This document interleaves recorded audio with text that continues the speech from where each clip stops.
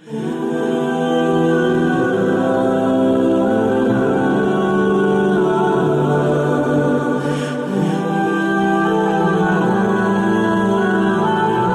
علیہ السلام نے سوال پوچھا، وہ کون سا درخت ہے جو خزاں میں پتے نہیں گراتا اور ہمیشہ پھل دیتا ہے اور بہت فائدہ مند ہے؟ تو صحابہ کرام نے کئی درختوں کے نام لینے شروع کر دیے جو جنگلی درخت تھے۔ عبداللہ ابن عمر اللہ عنہ فرماتے ہیں، میں چھوٹا تھا تو میں بیٹھا ہوا تھا، میرے ذہن میں خیال تو آیا کہ یہ کھجور کا درخت ہے، مگر میں بولا نہیں، نے پیش قدمی کرنی مجھے اچھی نہ لگی۔ تھوڑی دیر بعد صحابہ نے کہا، اے اللہ کے وسلم، آپ ہی بتا دیجئے وہ کون سا درخت ہے؟ تو نبی علیہ السلام نے فرمایا کہ وہ کھجور کا درخت ہے۔ کھجور کا درخت سراپا خیر ہوتا ہے۔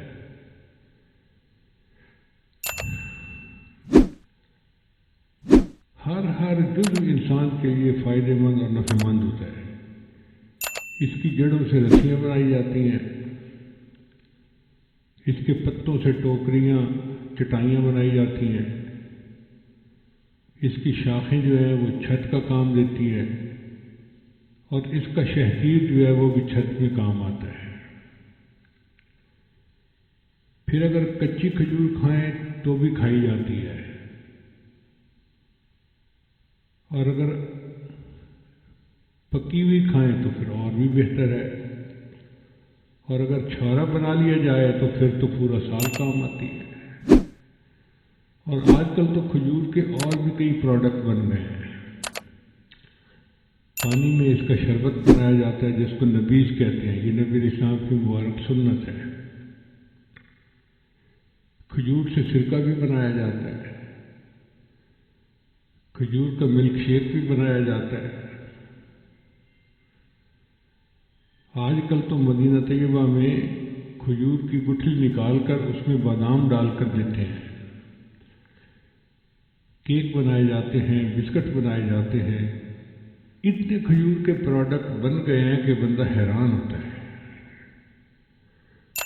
اور عرب لوگ جو کھجور کی گٹھلیاں تھیں وہ اپنے جانوروں کو استعمال کرواتے تھے کوٹ کر، گویا اس کا ایک ایک جزو جو تھا وہ استعمال ہو جاتا ہے۔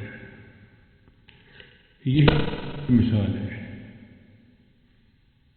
کہ مومن کی ایک ایک بات خیر کا باعث، اس کے پاس بیٹھے تو خیر کا باعث، اس سے مشورہ کریں تو خیر کا باعث، اس سے باتیں کریں، اس کے باتیں سنیں تو خیر کا باعث، اکٹھے سفر کریں تو خیر کا باعث۔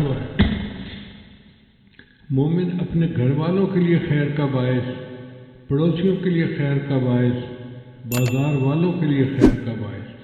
تو جس طرح کھجور کا درخت سراپا خیر، مومن بھی سراپا خیر ہوتا ہے۔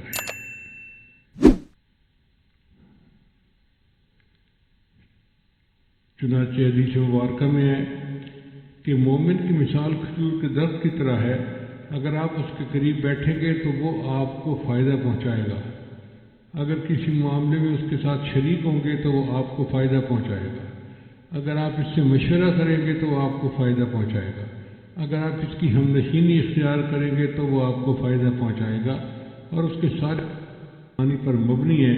ایسے ہی کھجور کا درخت ہوتا ہے۔ نبی علیہ السلام نے ارشاد فرمایا کہ تم میں سے بہتر وہ ہے جس سے لوگ بھلائی کی امید رکھیں اور اس کے شر سے بے خوف ہوں، یعنی ان کو یہ ڈر نہ ہو کہ یہ ہمیں نقصان پہنچائے گا، ان کو پتہ ہے کہ یہ اچھا بندہ ہے، یہ نقصان نہیں پہنچا سکتا۔ اور بدترین شخص وہ ہے جس سے نیکی کی امید نہ ہو اور اس کے شر سے بھی لوگ محفوظ نہ ہوں۔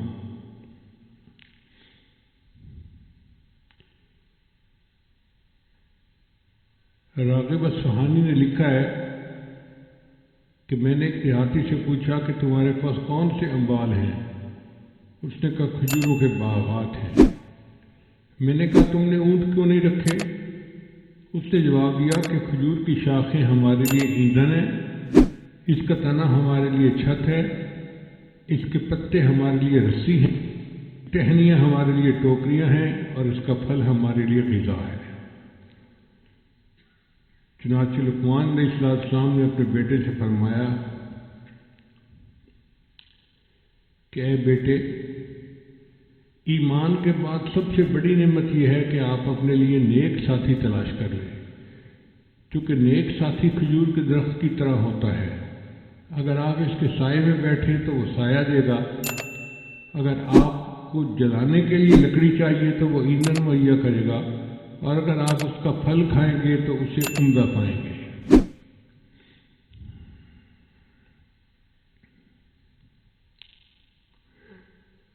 مومن کی زندگی میں سراپا خیر ہوتی ہے، بلکہ مومن کی موت بھی خیر کا باعث ہوتی ہے۔ امام احمد بن حنبل رحمۃ اللہ علیہ کے جنازے کو دیکھ کر ہزاروں نصرانی مسلمان ہو گئے تھے، یعنی ان کی موت بھی لوگوں کے لیے ہدایت کا سبب بن گئی۔ اتنی تو خیر ہوتی ہے نا مومن میں۔ کچھ ایسے لوگ ہوتے ہیں کہ جو کسی اللہ والے کا جنازہ پڑھ لیں تو ان کی، اور کچھ ایسے بھی ہوتے ہیں کہ جو جنازہ پڑھتے ہیں تو میت کی بخشش ہو جاتی ہے، اپنا اپنا درجہ ہوتا ہے۔